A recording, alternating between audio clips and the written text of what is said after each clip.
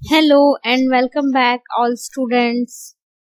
आपको पता है हमने आप सबके लिए एनसीईआरटी का जो क्लास 8 का सिलेबस स्टार्ट किया था पढ़ाना ज्योग्राफी का, उसमें हमने 2 चैप्टर्स पढ़ा दिए थे। उसी सीरीज का ये तीसरा चैप्टर है और आज हम पढ़ेंगे मिनरल्स एंड पावर रिसोर्सेज। तो लेट्स स्टार्ट स्टूडेंट्स। तो देखिए, हर चैप्टर की तरह इस चैप्टर में भी शुरू में एक छोटी सी स्टोरी आपके साथ शेयर की गई है, जिसमें ये कह रहा है कि Keri is visiting Sukant in his native place near Dhanbad. Dhanbad हमारे इंडिया में एक मिनरल रिसोर्स रिच प्लेस है जो कि झारखंड में है। तो ये झारखंड में इसके साथ घूमने आई है। तो Keri is amazed to see that large areas were black. बहुत बड़े बड़े एरियाज जो काले रंग के दिख रहे हैं उनको देख के वो बहुत अमेज्ड है। और वो पूछती है, Sukant, why is this place is so black and dusty? इतना काला और इतना धूल भरा क्यों है? तो this is because of the coal mines near by. तो वो उसको बताता है कि ये जो पास में कोयले की खाने हैं उनकी वजह से ऐसा है। तो do you see the trucks, they are carrying the mineral coal. कि जो मिनरल के रूप में कोल निकलता है उनको ले जा रहे ट्रक्स, क्या आप देख पा रहे हो? तो देखिए, आपको ट्रक इसमें दिखेगा पिक्चर में और इसमें कोल है। तो व्हाट आर मिनरल्स? तो मिनरल्स क्या होते हैं, कीरी पूछती है। सुकांत कहता है कि have you ever seen a baker baking biscuits? अब वो बिस्किट्स के बारे में बताता है कि बिस्किट्स में जैसे आटा, दूध, चीनी ये सब मिला होता है। हम उसको अलग अलग सेपरेटली नहीं देख पाते हैं, हमें उन सबको एक साथ ही देखना होता है, तो हमें उसको बिस्किट के फॉर्म में दिखाई देता है। लेकिन अगर हम उसको अलग अलग देखें तो उसी तरीके से अर्थ में भी बहुत सारे तरह तरह के मिनरल्स हैं जो कि हमें बहुत इक्वली दिखाई देते हैं। तो हम उनको अलग अलग नहीं देख पाते हैं, उनको अलग अलग देखने के लिए हमें उनको अर्थ में से एक्सट्रैक्ट करना पड़ता है। तो ये कह रहा है कि these minerals are scattered throughout the earth's rocky crust। जो अर्थ की रॉकी सतह है, ऊपर की क्रस्ट है, उसके ऊपर जो मिनरल्स हैं वो बिल्कुल बिखरे हुए हैं। So let's start। A naturally occurring substance that has a definite chemical composition is a mineral। तो मिनरल के बारे में बताया गया है कि वो नेचुरली मिलता है और ऐसा सब्सटेंस होता है जिसकी एक डेफिनेट केमिकल कंपोजिशन होती है। वो रासायनिक रूप से इस तरीके से एक डेफिनेट कंपोजिशन में जुड़ा होता है, उसे हम कहते हैं मिनरल, खनिज इसे हिंदी में कहते हैं। तो minerals are not evenly distributed over space. तो किसी भी जगह में जो मिनरल्स होते हैं वो एक समान रूप से डिस्ट्रीब्यूटेड नहीं होते हैं। They are concentrated in a particular area और रॉक फॉर्मेशंस।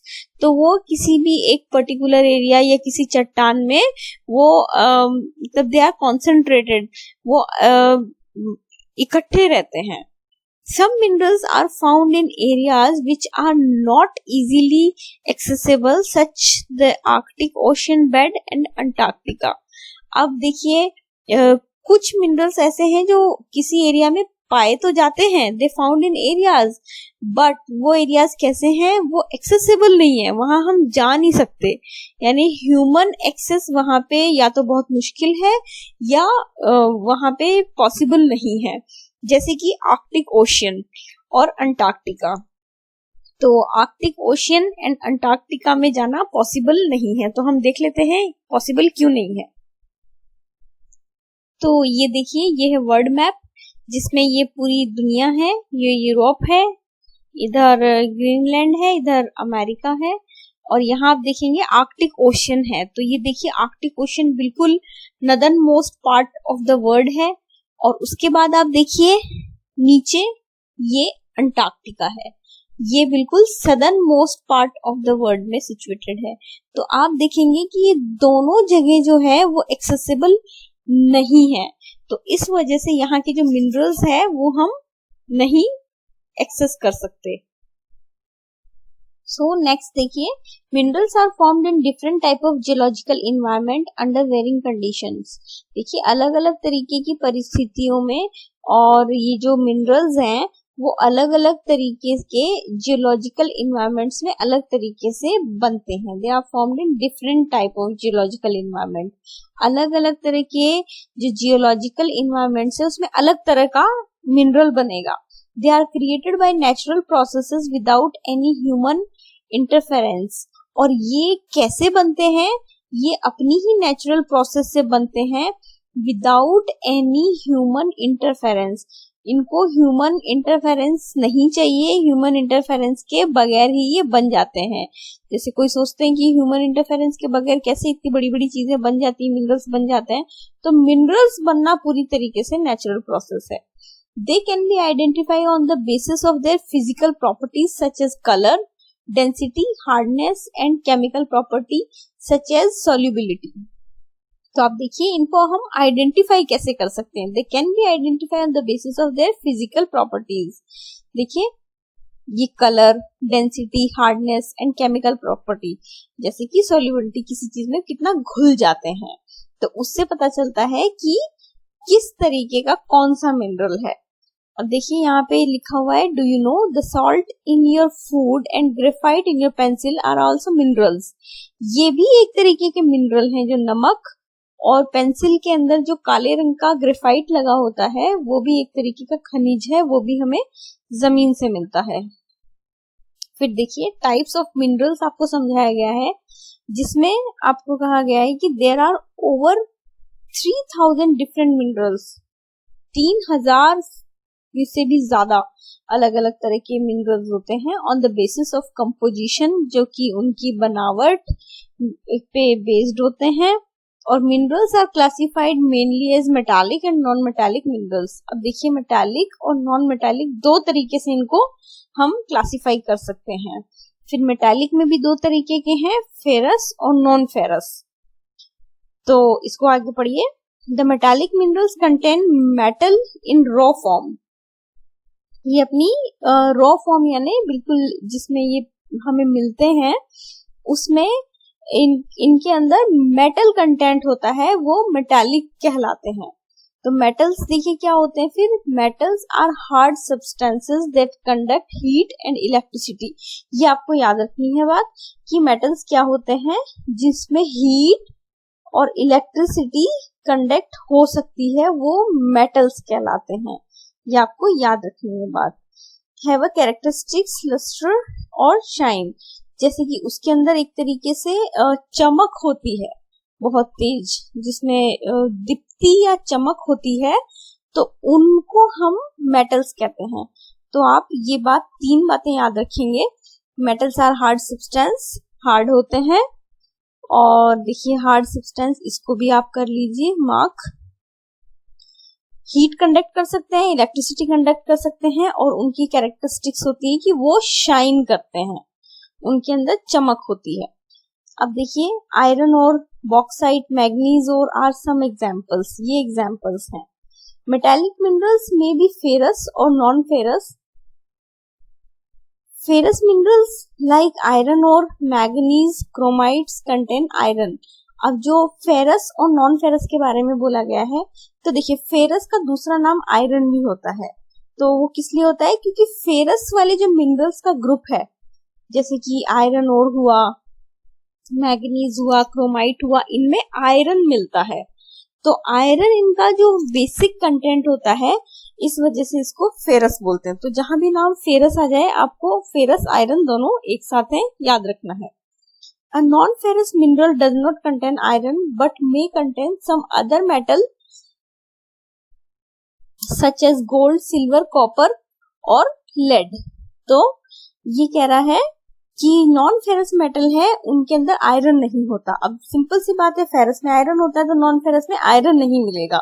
लेकिन उसमें क्या मिलेगा, उसमें कुछ और तरीके के मेटल्स मिल सकते हैं, जैसे कि गोल्ड, सोना, सिल्वर, कॉपर, लेड। ये आप जानते हैं कि ये अलग अलग तरह के मेटल है, लेकिन ये हार्ड होते हैं, चमकदार होते हैं, लेकिन ये फेरस नहीं होते। तो नॉन फेरस मेटल्स का नाम अगर पूछा जाए तो आप इन चार का नाम लिखेंगे। फिर देखिए the non-metallic minerals do not contain metals, यानी जो नॉन मेटेलिक है तो इन मिनरल्स में क्या होता है कि मेटल ही नहीं मिलेगा, ये मेटेलिक नहीं होगा, ये हार्ड नहीं होंगे, इनमें चमक नहीं होगी, इनमें से इलेक्ट्रिसिटी पास नहीं हो पाएगी और हीट पास नहीं हो पाएगी।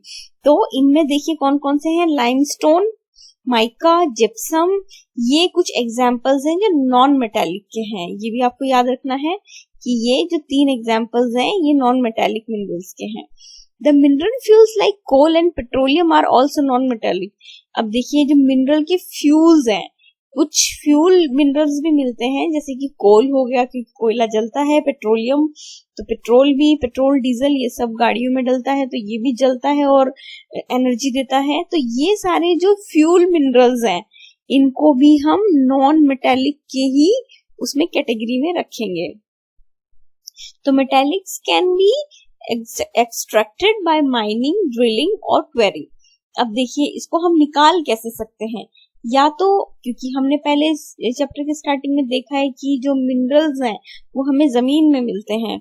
अब जमीन से हम मिनरल्स को निकालेंगे कैसे, हम या तो माइनिंग करेंगे, खोदेंगे, ड्रिलिंग करेंगे, यानी हम उसको जैसे छेद करके निकालना जिसको बोलते हैं वो करेंगे, या फिर हम क्वेरिंग करेंगे। क्वेरिंग से देखिए माइनिंग और क्वेरिंग में क्या फर्क है कि माइनिंग जब आप किसी जमीन के अंदर बहुत गहरा अंदर जाके खोद के और फिर कोई चीज निकालते हैं, और क्वेरिंग में आप क्या करते हो कि जमीन की जो सतह है, ऊपर वाली सतह, आपको बस उस सतह से थोड़ा ही नीचे जाना पड़ता है, ज्यादा नीचे नहीं जाना पड़ता और बस आपको थोड़ा थोड़ा खोदना पड़ता है, वो होती है क्वेरिंग। तो इन तीनों को आप याद रखेंगे कि मिनरल्स हम इन 3 अलग अलग तरीके से निकाल सकते हैं। ये देखिए यहाँ चार्ट भी बना हुआ है, इसको आप याद रखेंगे।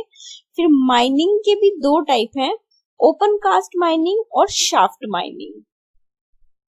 अब आप इसमें देखिए कि the process of taking out minerals from rock buried under the earth surface is called mining. Mining किसे कहते हैं कि जब रॉक्स में जो मिनरल्स अंदर दबे हुए हैं उनको हम अर्थ की सरफेस से बाहर निकालते हैं तो उसको माइनिंग कहते हैं। The minerals that lie at the shallow depth are taken out and by removing the surface layer is known open cast mining। जैसे कि बहुत ही shallow depth है जिसकी ज्यादा गहरी नहीं है और हम खाली सरफेस की लेयर को ही रिमूव करके जिसे निकाल लें तो इसे ओपन कास्ट माइनिंग कहते हैं।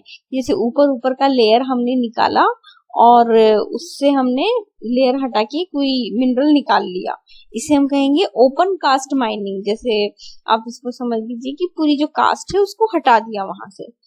Deep bores called shafts. अब देखिए जो डीप बोर्स होते हैं यानी कि कुएं जिसको छोटे छोटे बोला जाता है, बहुत गहरे पतले और छोटे कुएं जिनको शाफ्ट कहा जाता है, have to be made to reach mineral deposit that lie the great depths।